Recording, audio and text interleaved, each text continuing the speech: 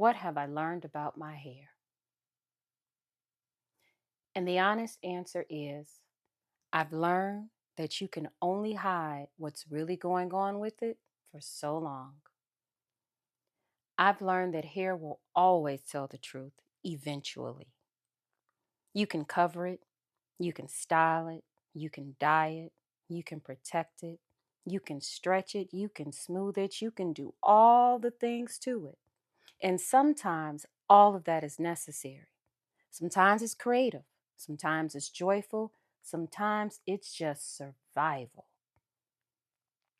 But I've learned that when something underneath isn't healthy, when it's dry, stressed, neglected, overworked, or overwhelmed, it shows up. Maybe not immediately, but eventually. Hair doesn't lie forever. And that realization forced me to slow down and really look.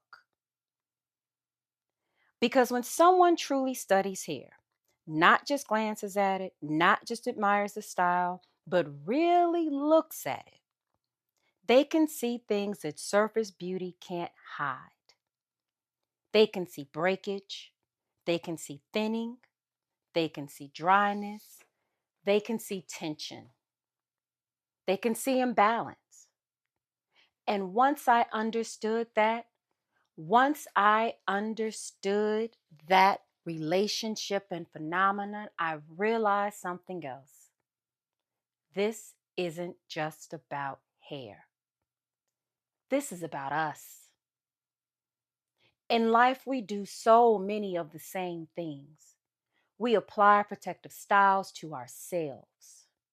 We present polished versions of who we want to be seen as. We color over exhaustion. We smooth over stress. We stretch ourselves thin, and all the time we call it resilience.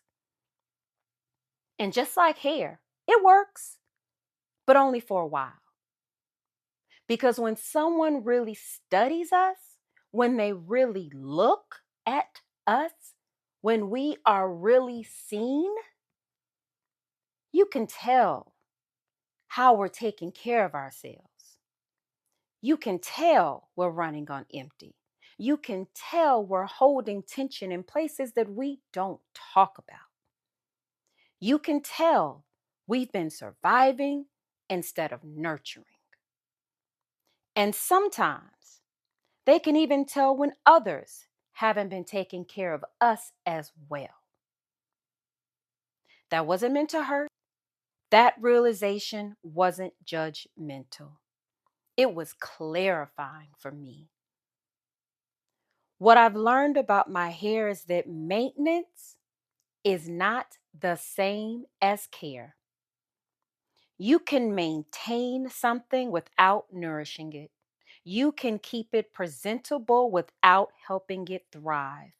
You can make it look okay without asking what it actually needs. I've done that before, and I'm sure I'm not the only one. I've maintained my hair when what it really needed was rest. I've styled my hair when what it really needed was moisture. I've protected my hair when what it really needed was attention. And again, that lesson mirrors life. How many times do we maintain ourselves instead of caring for ourselves? How many times do we keep going, keep giving, keep showing up, keep performing without checking in on what's happening beneath the surface? Hair taught me that neglect doesn't always look dramatic. Sometimes neglect looks like rushing, skipping steps, ignoring signs, saying that's not important right now, it'll be done later, treating recovery like a luxury instead of a necessity. But hair also taught me patience. You can't rush healing. You can't force growth. You can't undo damage overnight. You have to commit to consistent, gentle care, even when no one else sees it.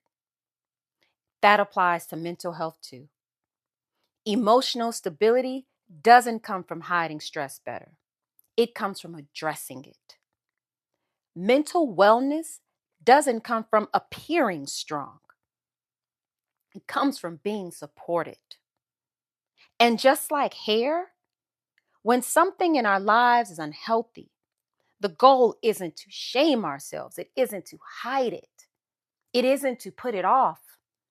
It's to pause and listen. So when I ask, what have I learned about my hair? I've learned this. I've learned that appearance can never replace health. I've learned that covering something doesn't mean it's healed. I've learned that what we ignore will eventually introduce itself. And I've learned that care, real care, requires honesty. Hair taught me that tending to myself is not vanity, it's responsibility. It taught me that slowing down is not weakness, it's wisdom. And it taught me that when you stop trying to hide what's going on and instead nurture what's underneath, everything changes.